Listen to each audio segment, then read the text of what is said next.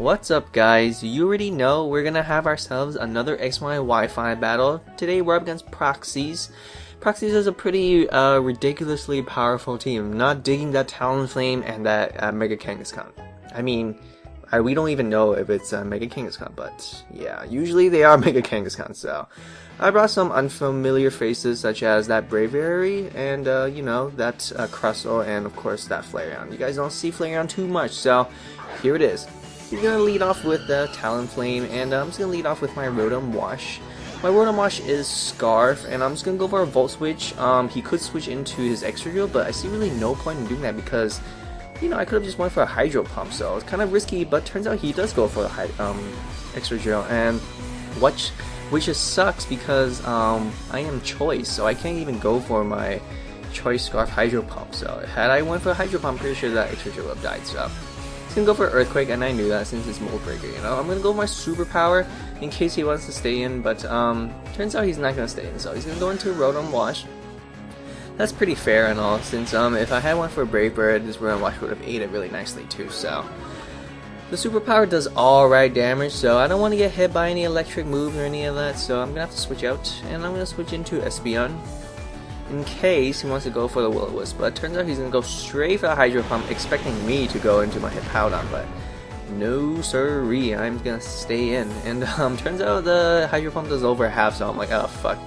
Well, I'm going to switch out into my own Rotom-W, expecting another Hydro Pump, but he picked this up really nicely and goes for a Volt Switch, so maybe I should have stayed in my Espeon. So my opponent does get that nice lucky crit, which kind of does suck. My opponent gets pretty nice crits in this battle, I'm not going to lie, so.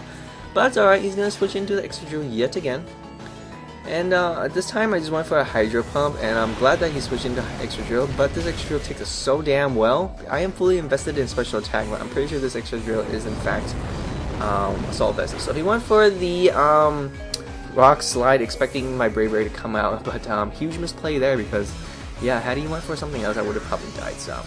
I'm gonna go for my Hydro Pump yet again because I am Scarfed, and he probably knows that too. That's why he comfortably switched into his Rotom-W.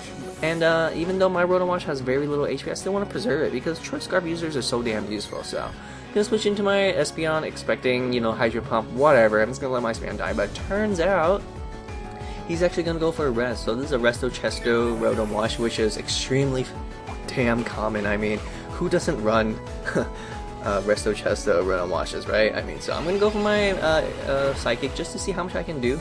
I know I'm gonna get hit by some Life Orb damage, and luckily I was able to dodge that Hydro Pump, so I can finish off this Rotom-W with a freaking awesome 2-hit KO of Psychic, so thank God. So, hey, you get critical hits, so you're gonna have to miss a Hydro Pump at least once, right? So now he's gonna send out the Talonflame. I'm pretty sure he's gonna revenge kill me, so I have no choice but to go for a Psychic, but turns out he's not gonna go for a Brave Bird, so I guess he's gonna set up.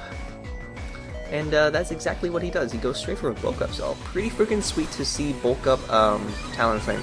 And judging by how much that my Psychic did to this Talonflame, I'm pretty sure this Talonflame is actually invested in a lot of special defense, so especially defensive Bulk Up Talonflame. It's pretty freaking sweet, and of course he has Roost.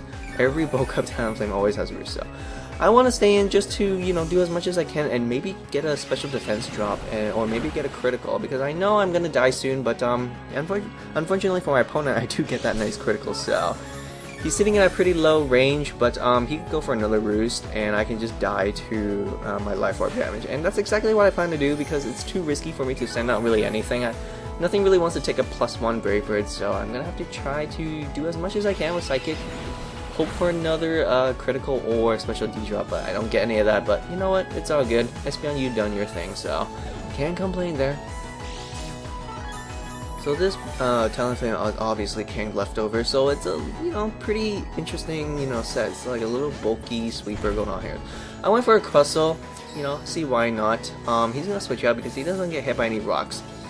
And he does send out his Espeon expecting the Stealth Rocks, but no sir, I am not a Stealth Rocker Crustle. I am a Shell Smashing Crustle, so it does over half, and I knew he's going to set up dual screens at this turn, so instead of attacking him, I decided it's a great opportunity for me to go Shell Smash, so yeah, he should have just straight up attacked me, honestly, so now I'm sitting at a pretty high, you know, good, good coverage and good HP, and not to mention, I get my white herb, so my drop defenses are no longer drop cell.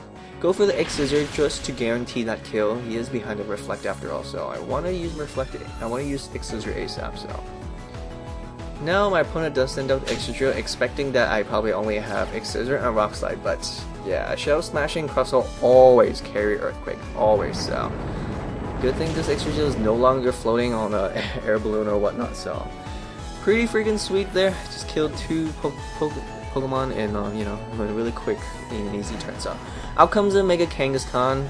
As I predicted, it is Mega. No one runs regular Kangaskhan anymore.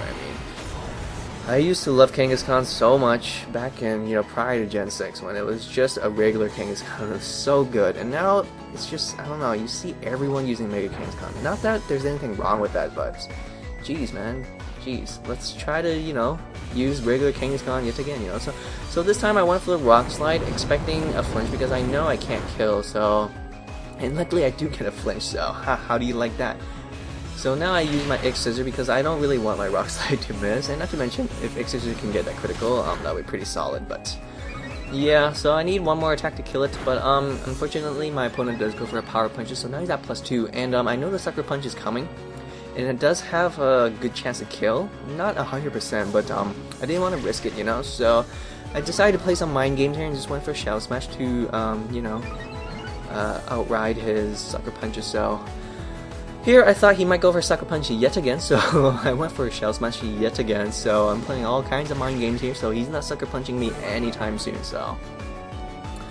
And after this Shell Smash, I thought, okay, I'm pretty sure he won't go for another Sucker Punch, so I'm gonna just go straight for attack.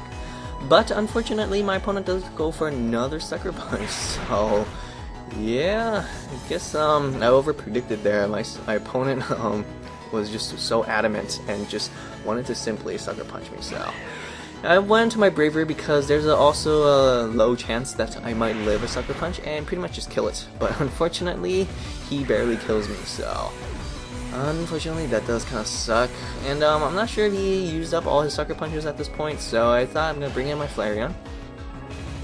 Gonna go for a Protect just to scout if he has a Sucker Punch.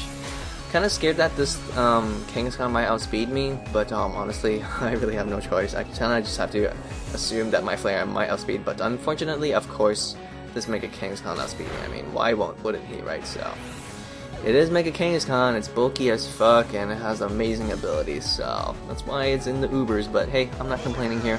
So now I know for a fact that he's out of Sucker Punches, so went for a Thunderbolt. So had my opponent actually played smarter and maybe conserve his Sucker Punches, he might have just completely wrecked my whole team, including this Rotom-W. So, well, it doesn't matter because he still has that Talonflame, and of course it'll go for a Brave Bird, and naturally it will outspeed even the Choice Scarf user. So that's all good here because I'm gonna bring out my last Pokemon, and my last Pokemon is Hippowdon.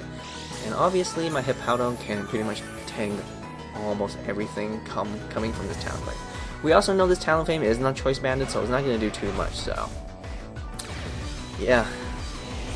I do set up the Sandstream, and he's going to go straight for a Taunt, surprisingly. I thought he was going to go for a Roost, so that he wouldn't be 4 times effective to a Stone Edge, but yeah.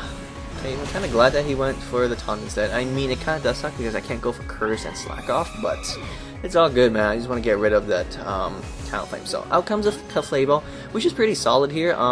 This Clefable, I mean, it can set up Calm Minds and, do a lot of damage, but I am especially defensive Hippowdon, and if you guys haven't seen Hippowdon's earlier battles, Hippowdon can take a lot of hits, so unfortunately I am taunted, so my best bet is just go for the Earthquake. It's not going to do too much, but unless this Clefable gets a critical, I'm not going to, cry too much about it, but unfortunately this Clefable does get a nice fat lucky crit, so kind of a bummer, honestly. So yeah, because I would have taken that Moonblast pretty damn well and probably pressure this Clefable.